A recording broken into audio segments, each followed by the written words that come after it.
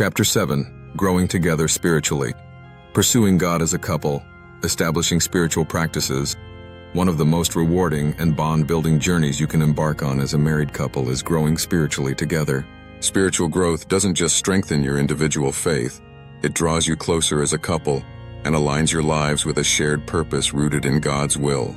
It's not a one-time achievement, but an ongoing journey, one that constantly evolves as you learn, support each other, and seek God's presence in your relationship. For my wife and me, this spiritual journey was something that naturally, but with intent, unfolded over time. There wasn't a single event that marked the beginning of our shared growth. It just started happening as I was striving to grow closer to God, and she did too. She was seeing my effort, and without being asked, started to put her effort in too. We didn't plan for it. It felt as though the more I sought to be holy and live in accordance with God's will, the more I noticed my wife also deepening her faith. It wasn't forced or orchestrated, and I began to realize that spiritual growth, when approached with an open heart, has a way of blossoming organically. One of the things that really stood out to me during this time was how conversations about what I was reading in the Bible or learning from sermons became a regular part of our lives. I'd share something I'd read, and she would respond with her own thoughts or questions, sparking a deep discussion. Over time, I watched her dive deeper into Scripture, gaining new understanding and insights. These discussions led to some of the most meaningful conversations we've ever had. Talks about faith, God's plan, and the ways we were seeing Him move in our lives and in our relationship. I also make it a point to encourage her along the way. Whenever I notice her growing in faith, I take a moment to let her know how much I recognize and appreciate her spiritual growth, speaking life into her. I express gratitude for her drawing closer to God, not because I think my words can change her, but because encouragement can fuel her desire to grow even more. And as she grows in faith, I find myself growing too, and vice versa.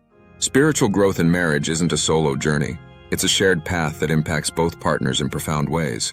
A shared practice of worship through marriage. Our spiritual growth as a couple didn't just come from Bible studies or attending church. It's become a way of life. We use our marriage itself as a spiritual practice, as a form of worship. Over time, this has become natural, and you can see it in every interaction we have with each other. People around us notice it too, often commenting on the unique closeness we share. But this isn't something exclusive to us. It's available to any couple who chooses to treat their marriage as an act of worship, a sacred reflection of God's love.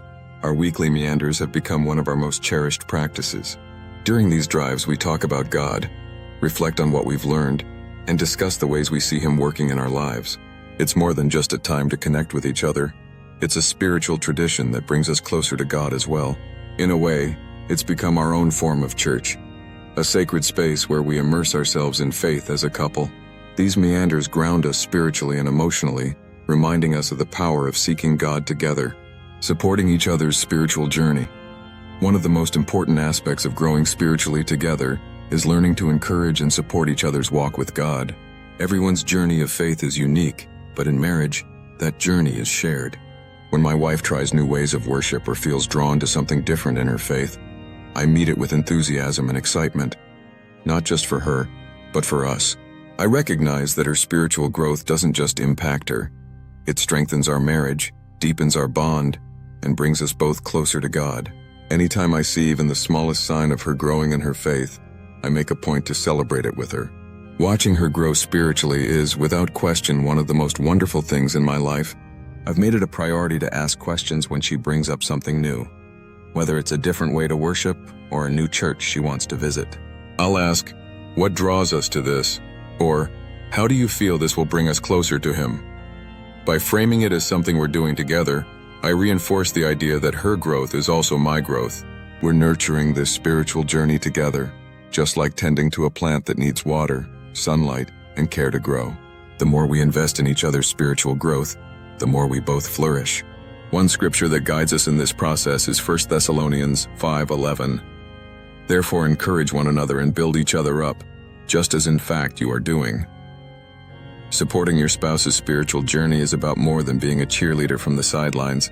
It's about walking alongside them, knowing that when one of you grows closer to God, you both do. Serving God together, worship beyond church walls. Our spiritual growth has also deepened through serving God together. One way we do this is through what we call hospice puppies. We adopt elderly or terminally ill dogs from shelters, bringing them into our home to love and care for them in their final days. Many of these dogs have been abandoned or forgotten, but with us, they experience love, warmth, and family. For us, this goes beyond an act of kindness. It's a way of worship. God breathed life into these creatures just as He did for us, and we want to honor that life by surrounding them with love and care in their final moments. Jesus said in Matthew 25:40, "Whatever you did for one of the least of these brothers and sisters of mine, you did for me." We take this literally. Now, while a dog might not be a brother or sister of Jesus, God breathed life into these animals just as He did into us. Honoring that life, whether human or not, is something I believe pleases Him. Every time we help someone in need, we see it as directly serving the being that is Jesus. Whether it's providing for a homeless person or offering kindness to someone going through a tough time, we view it as a spiritual act and a way of honoring God. There are many acts of service we keep private because of Jesus' words in Matthew 6:1-4, where He tells us not to perform good deeds for public recognition. Some things I do, I don't even share with my wife. I want those moments to be between me and God. If I help someone and tell my wife, her words of affirmation may become my reward. That's wonderful, but I'm after heavenly rewards, not earthly ones. So much of my charity is private, hidden, even from my wife. Not because I'm hiding it, but because these are deeds done only for God's eyes and His glory, not my own. I want to share these things with her, but sometimes it feels better for both our souls if I follow Jesus' teaching. When you give to the needy, do not let your left hand know what your right hand is doing, so that your giving may be in secret. Then your Father, who sees what is done in secret, will reward you. As you read this, you can see I'm still on this journey, still experiencing spiritual growth. I wrestle daily with questions like, should I tell my wife I gave my shoes to a homeless man? I could seek answers from a pastor or a priest, but honestly, I cherish the time spent wrestling with these questions myself. This struggle to understand and live out Scripture has become a vital part of my journey to worship God in ways that feel deeply personal and genuine. The only exception is if I share these stories with our son, using them as a way to teach him about serving others and growing in faith. I do this with the intention of helping him understand that serving others is a form of worship, and if it helps him grow closer to God, I'm willing to give up any personal heavenly rewards so that he may be able to learn from my example and act in a way that will help him have his own heavenly rewards by following an example of how to serve God. This practice of quiet service, of living out our faith through actions rather than words, has brought us closer as a family and deepened our connection to God.